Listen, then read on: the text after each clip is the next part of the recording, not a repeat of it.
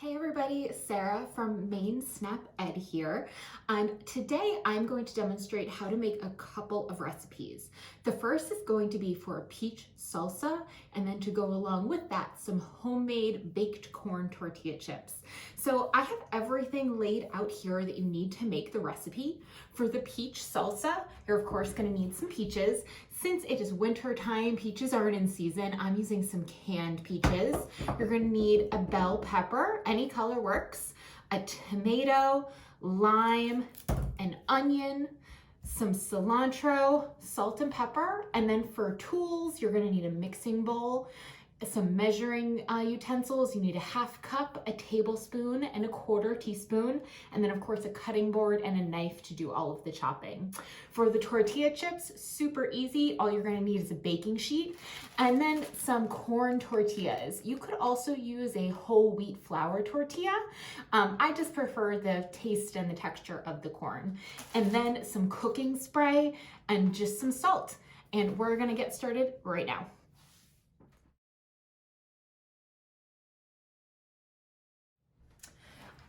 All right, so I went ahead and chopped up the tomato, the pepper, and the cilantro.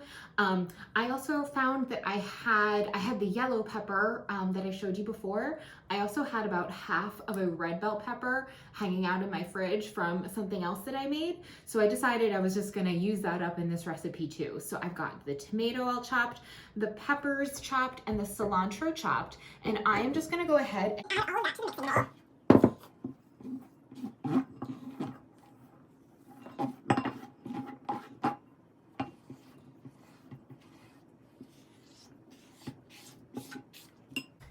And the next thing I wanted to show you is how I like to chop an onion. So I took the onion, I cut off one of the ends, and then I was able to peel back that outer kind of dry papery skin.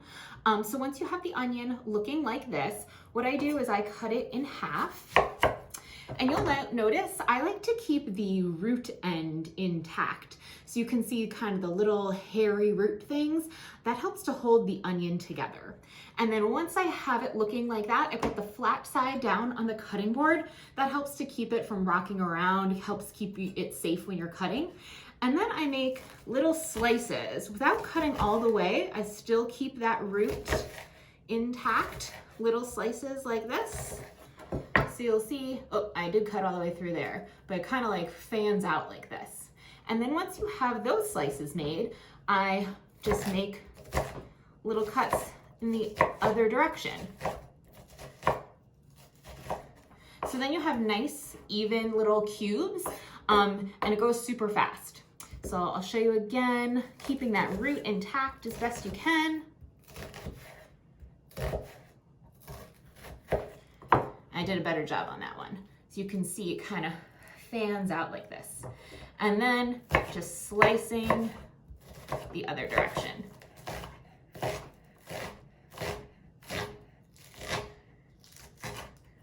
All right, and then I'm just gonna add this right into the bowl with the other ingredients.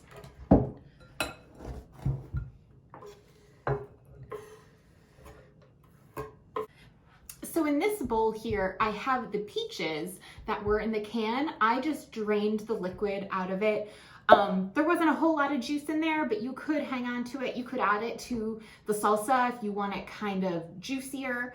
You could also save it and add it to some seltzer water or add it to regular water to give it a little extra flavor. But I wanted to say a quick note about using canned peaches.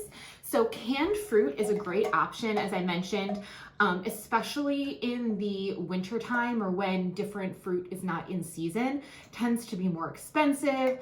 Oftentimes it doesn't taste as great. So that's where canned fruit can really be a great option. I did want to make a quick note. If you notice, I chose a canned peach that says it is in 100% juice. You'll see in the grocery stores, there are usually options for ones that are in heavy syrup. I always recommend choosing the one in juice. There's going to be a lot of added sugar in the one that is packed in heavy syrup. So for example, this one has 11 grams of added sugar, Whereas the juice, because it's packed in fruit juice, there's 0 grams of added sugar because all of the sugar is coming naturally from the fruit. So there is still sugar in here, of course, because fruit has sugar in it, but it's also packaged with a lot of those healthy vitamins and all of that good stuff that we want in fruit. Whereas this one, the heavy syrup, it's just the added sugar. So just a little tip for the peaches. All right, so now I'm just gonna chop up these peaches here and then get them in with all of the other ingredients. And this recipe is a great one that you could make with your kids at home. I, of course, would just suggest grown-ups probably doing the majority of the cutting, depending on the age of your kiddos. But it could be a great thing. Kids can help with the washing of the fruits and veggies. They can do the mixing. They can help add things to the bowl. And they can do a lot. And then always cooking with kids gets them more excited, of course, about trying whatever it is that you just made. So I'm gonna finish these peaches up and we'll add them in a second.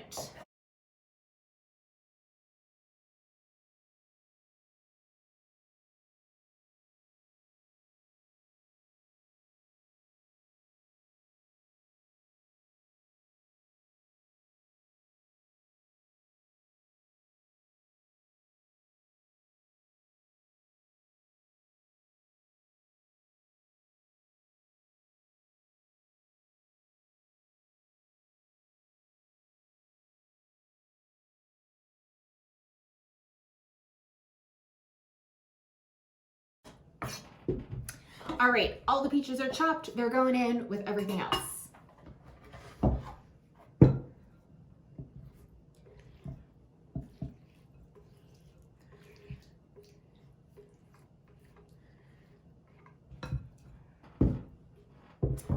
Now the last few ingredients that we need to add are the lime juice, the salt, and the pepper.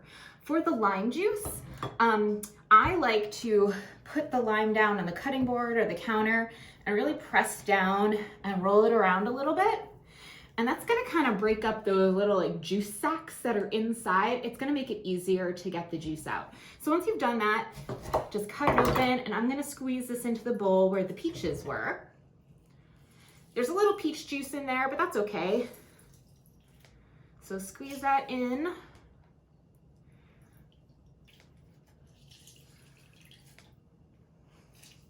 And we need a tablespoon total of lime juice.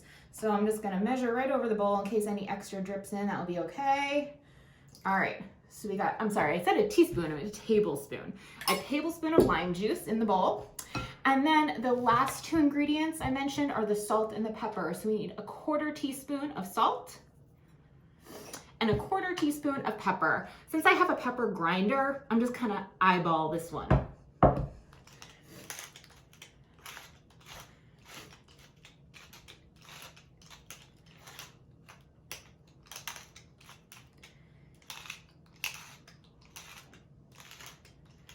All right, that looks great. So we have all of our ingredients in our bowl here. Now it's just time to stir everything together. You can see it's super colorful, which is something we maybe don't always get in these dark winter months. So this would be a great recipe to make on a kind of a cold, dreary day to help you kind of feel a little summer, a little sunshine.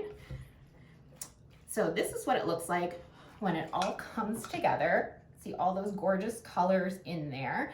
And I'm just going to set this aside now while I make the chips. I find that kind of letting the salsa hang out for a little while, it helps the flavors kind of meld and marry together. So I like to stick this in the fridge while I'm doing some other things and then come back to it later in the day.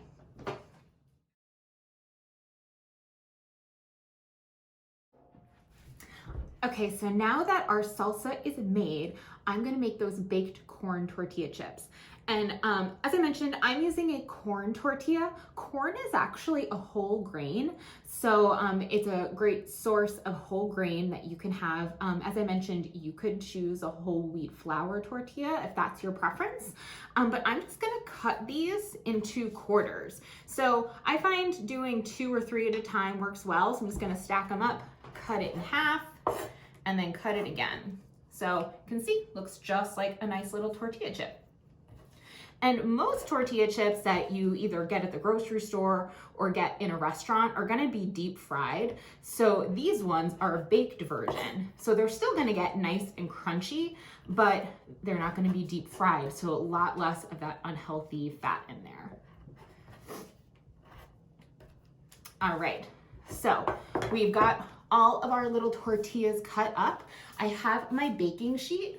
I'm gonna give a little spray to the bottom. And then I'm going to take all of my tortilla wedges and I'm just going to arrange them in the pan.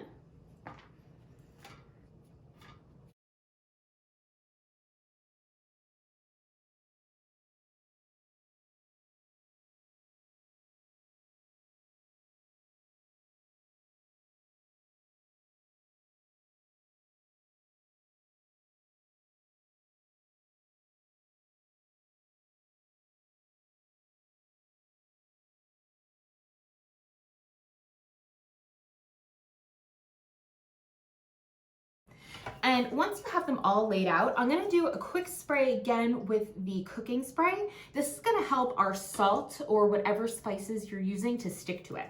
So just a quick spray over the top here. And then I'm just gonna take my salt and do a light sprinkle. I want a little bit of flavor, but of course, trying not to add too much sodium to our diets, too much salt. So just a little sprinkle of salt. There we go. And if you didn't want to use salt, you could use all sorts of other spices and flavorings to give it flavor without adding any extra salt. If you like things spicy, you could add a little bit of cayenne pepper. That's gonna give it a really kick, some heat. You could add cumin, which is another spice, but it doesn't have any heat to it. It kind of is a smoky flavor used in a lot of Tex-Mex cooking. Or you could add some chili powder, which is typically not really spicy, just kind of a peppery, smoky flavor. I have also done this recipe, but made them sweet by adding a little bit of granulated sugar and some cinnamon, which is a nice little change. And then I would maybe dip those in applesauce or something like that. So I'm gonna pop these in the oven. I have my oven heated to 375, and every oven is going to be a little different, but you wanna keep a close eye on these because you don't want them to burn. So I'm gonna pop these in the oven and I'll be right back with them. All right, so I just pulled the tortilla chips out of the oven. I'll show you what they look like.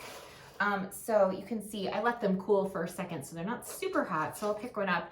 They're kind of lightly browned, but you don't want them too much darker than this, then they're gonna taste burned. So you can see they're super crispy and ready for dipping in the salsa. All right, so we are all done. Super fast, super easy, as I promised. We have our delicious fruity peach salsa all ready to go and our nice crisp homemade baked tortilla chips. So you could have this just as a snack. Of course, it's a great snack. You could also have it as a side, maybe on taco night or something fun like that. I hope you give it a try at home and take care. Bye.